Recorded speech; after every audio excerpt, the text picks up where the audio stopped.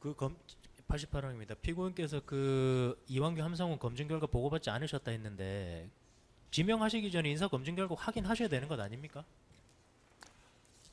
저는 그 김주현 전 수석께서 그걸 가지고 올 때 사실은 거의 검증이 끝나지 않았을까, 저는 그런 생각을 했었습니다. 그런데 지난번 방기선 증인할 때 그게 한 90% 정도라고 봐야 된다, 이런 말씀도 계시고 했습니다만, 그래서 사실은 검증에 대해서는 저희는 거의 신경을 안 썼고요.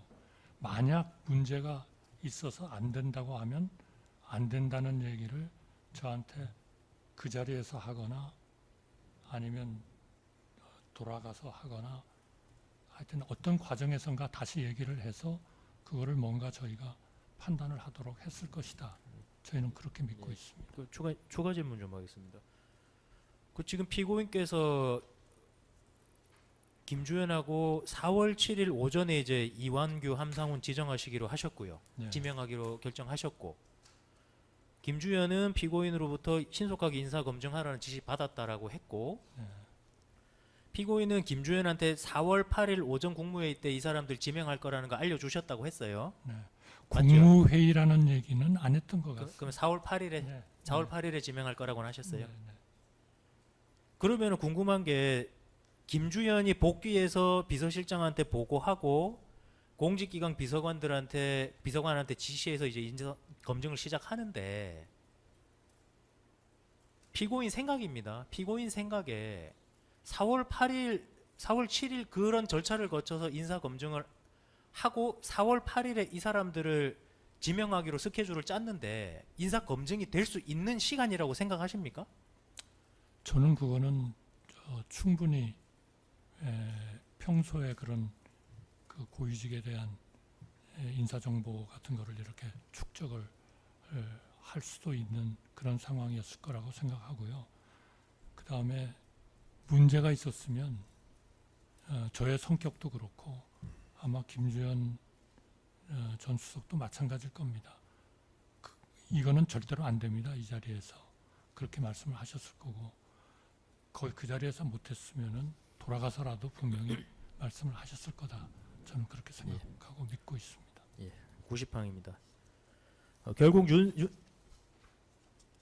결국 윤석열이 2025년 4월 4일 금요일에 탄핵 심판이 인용되어 파면되었고, 그 직후에 최초 개최되는 2025년 4월 8일 화요일 국무회의에서 이완규 함상훈을 지명한 것인데, 이는 결국 조기 대선 이전에 이완규 함상훈을 속칭 알박기 하기 위해서 지명한 것으로 의심되는데 어떻습니까? 절대로 그게 아니고요. 지금 알박기라고 표현을 했는데 굉장히 좀 모욕적으로 들립니다. 만약 알박기라면 헌법재판소가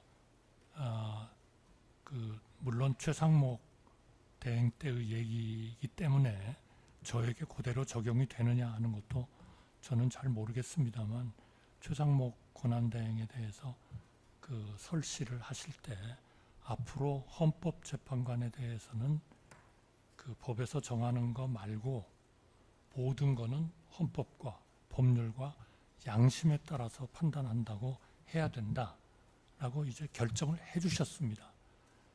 그런데 거기서 또 저희가 알박기라는 표현으로 그거를 했을 것이다라고 생각하는 거는 참 좀 죄송합니다. 좀 듣기가 좀 거북합니다. 예, 91항입니다. 그렇지 않다면 굳이 이완규와 함상훈에 대한 재산 및 납세 조회만 하는 방식으로 급하게 인사 검증을 하면서까지, 또 공보실장 김수혜에게 2025년 4월 8일 당일 아침에 급히 담화문을 작성하게 하면서까지 다음 날인 4월 8일에 급하게 지명할 필요가 있었습니까? 우선 김수혜한테 그날 아침에 한 거는 김수혜한테 미리 그거를 얘기하고 싶지가 않았고요. 그거는 아무래도 대외적인 비밀이나 우리 김수현 전 수석하고의 협의나 또 김수현 수석이나 그 팀으로부터 혹시나 무슨 또 어떤 얘기가 있을지도 모른다고 생각하기 때문에 그랬던 것이다. 그렇게 말씀드리고 싶습니다. 그 차기 대통령한테 인사권을 넘기지 않더라도 피고인이 지명을 하고 임명을 하시더라도 국가의 법령에 대한 심사와 국민의 기본권을 수호해야 하는 헌법재판관의 직무에 비추어 볼 때 시간을 두고 차분히 4월 8일이 아니라 그럼 차라리 그 다음 주 국무회의에서라도 처리할 것을 예정하고 충분한 검증을 거쳐서 문제없는 훌륭한 법조인을 선별해서 재판관으로 지명할 수도 있었지 않습니까? 네, 원론적으로는 말씀이 맞다고 생각합니다. 그러나 10일 뒤면은 이제 저 임기가 끝나도록 돼 있고 또 그동안에 그 국정의 우선순위 때문에 조금 처리하지 못했었던 일들도 빨리 처리를 해야 되고 하기 때문에 하루라도 빨리 이 문제를 처리해야 된다 하는 게 저의 생각이었고 믿음이었다. 그걸 통해서 결국 전체적인 헌법 관련된 모든 체제가 좀 완결되는 상태로 진행이 됐으면 좋겠다 하는 게 제 믿음이었다 하는 말씀을 드립니다. 그 지금 말씀이 듣기 좋은 말씀으로 보이지만 2024년 12월 26일에 헌법재판관 3인 임명 안 하셔가지고 헌법재판소를 6인 체제로 진행되게 하신 거랑은 모순되는 말씀 아닙니까? 저는 그거는 절대로 그 3인을 임명하지 않을 생각이 없었다는 말씀을 다시 한번 강조하고 싶습니다. 그거는 오히려 즉시 임명하겠다는 것을 분명하게 호소하고 국민들께 설명하는, 제가 아마 그 담화문에도 썼을 겁니다. 일부 이런 정치권이나 일부 분들은 그냥 그 대행이 임명해버리면 되지 뭘 앞뒤를 가리고 있느냐라고 얘기합니다.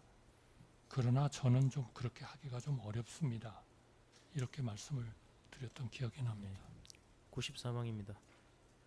피고인은 마은혁의 경우에는 여야의 합의가 되지 아니하였다는 이유로 임명을 거부하였음에도 윤석열 대통령의 사법연수원 동기이자 윤석열 대통령이 법제처장한 인물이고 12.3 비상계엄과 관련해서 공수처에 고발이 되어 있던 이완규를 헌법재판관으로 지명한 이유가 무엇입니까? 저는 이완규 후보에 대해서는 굉장히 좋은 평가도 많았다 그렇게 생각합니다. 물론 첫째로는 제가 3년 동안을 일하시는 것을 지켜봤고요. 이론적으로 강하고 아마 형사소송법 전공이신 것 같습니다. 그러면 형사소송법이면 좀 제가 이런 말씀을 드릴 수 있는 건지 모르겠습니다만 헌법하고도 상당히 좀 관련이 있는 그런 부분인 것 같고, 또 사실상 그 검찰 내에서의 평가도 저는 굉장히 이론가로서 괜찮은 평을 받고 있지 않았나 이렇게 생각을 하고요. 마은혁 후보님에 대해서는 저는 정말 임명 안 할 생각은 추호도 없었습니다. 그거는 정말 그 사회가 분열이 되고 국론이 극도로 분열되고 여야 간의 정치권이 분열이 된 상태에서 우리의 정치인들이, 과거의 훌륭한 정치인들이 그랬듯이 정말 하나의 정치적인 타협을 해가지고 국민들을 걱정하지 않도록 하는 그런 것을 좀 보여주십사 하는 정말 그런 간곡한 호소를 권한대행으로서 드리고 싶었습니다. 예, 93 조금 다르게 묻겠습니다. 피고인께서 이완규에 대해서 헌법 내지 헌법학과 관련된 경력 학위 논문 저서 상훈 같은 거 있는 줄 없는 줄 알고 있으십니까? 저는 자세한 건 모릅니다. 마지막입니다. 피고인은 2025년 5월경 대선 출마 선언하셨는데 그런 결심하시게 된 계기나 이유가 뭡니까? 그거는 제가 답변을 하지 않아도 되는 거 아닙니까? 예, 이상입니다. 네, 시간상 반대 신문은 오후에 될 것 같습니다. 일단 반대 신문은 오후에 진행하고요. 시간은 어느 정도 필요하실까요? 전에 1시간 정도 말씀하셨는데 네, 예. 1시간이면 되겠습니까? 네. 저기 두 가지만 좀 물어보겠습니다. 네.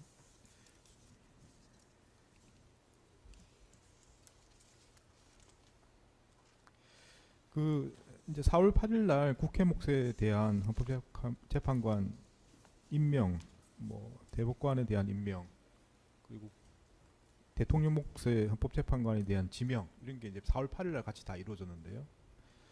지금 국회 몫에 대해서는 쭉 답변하신 취지를 보면은 탄핵 절차에서 이제 복귀한 후에도 여러 가지 급한 국정 운영 등이 있었기 때문에 바로 임명을 못하다가 4월 8일 날 임명하게 된 것이다. 국회 몫에 대해서는 그렇게 말씀하셨고요. 네.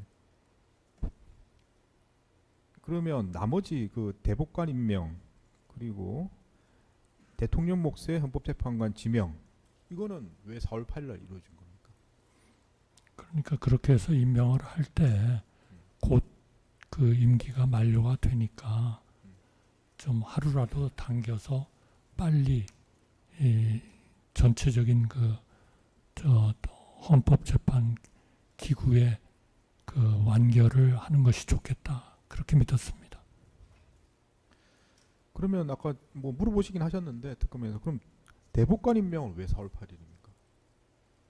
대법관 임명에 대해서는 전체적으로 법관님들을 임명을 하는 고위직 임명을 하는 것을 한꺼번에 한다 하는 뭐 그런 차원의 결정 아니었나 그렇게 믿습니다. 좋습니다. 그러면 4월 8일 날 이제 대통령 몫의 헌법재판관을 지명하면 언제 임명이 되는 걸로 알고 있었습니까? 그거는 뭐 일정한 절차가 있을 테니까요. 인사청문회도 해야 될 거고 그런 거니까 하여튼 하루라도 당기는 것이 권한대행으로서는 임무다. 저는 그렇게 생각했습니다. 언제 임명할 수 있다. 김주원 표현과 이야기한 적 있습니까? 없습니다. 그거는 뭐 피고- 다 후속적인 조치로서 어, 이루어질 거 아닌가 생각했습니다. 피고인은 지금 뭐 정확한 절차를 이제 후속 절차는 잘 정확하게 모르고 계신 것 같은데 네. 모르는 입장에서는 지금 지명하면 언제 임명되는 거냐 확인을 해보셨을 것 같은데요, 아닙니까? 그래서 일반적인 뭐 인사청문회나 이런 거를 거치면은 일정한 날짜가 있지 않겠습니까? 그 피고인이 대선 출마 선언은 2025년 5월 며칠에 하셨습니까? 5월 2일인 걸로 기억합니다.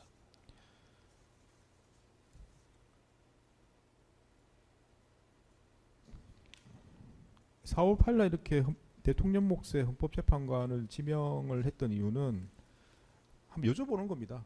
내가 뭐 제가 피고인 생각은 뭐 다를 수도 있고 여러 가지 뭐 가능성도 있고 하기 때문에 여쭤보는 거라서 4월 8일 날 그렇게 지명했던 이유는 피고인이 5월에 대선 출마를 염두에 두고 있었기 때문에 그 전에 임명을 하기 위해서 그런 절차를 신속하게 하려고 했던 거 아닙니까? 전혀 그런 생각은 없었습니다.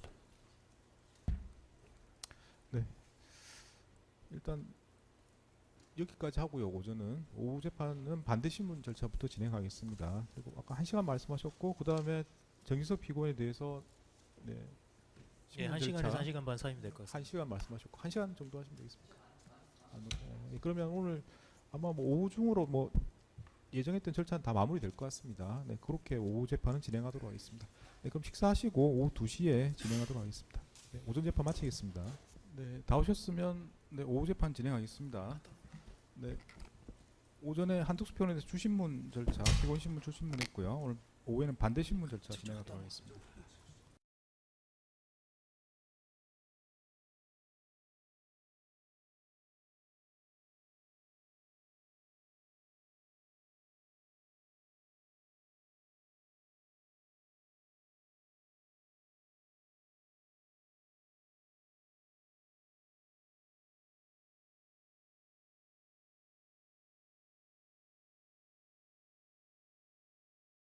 네, 준비되셨으면 진행하시겠습니다. 네. 김동윤 변호사입니다. 그 주신문 사항과 관련해 가지고 제가 몇 가지 물어볼 테니까 잘 듣고 천천히 대답해 주시기 바랍니다.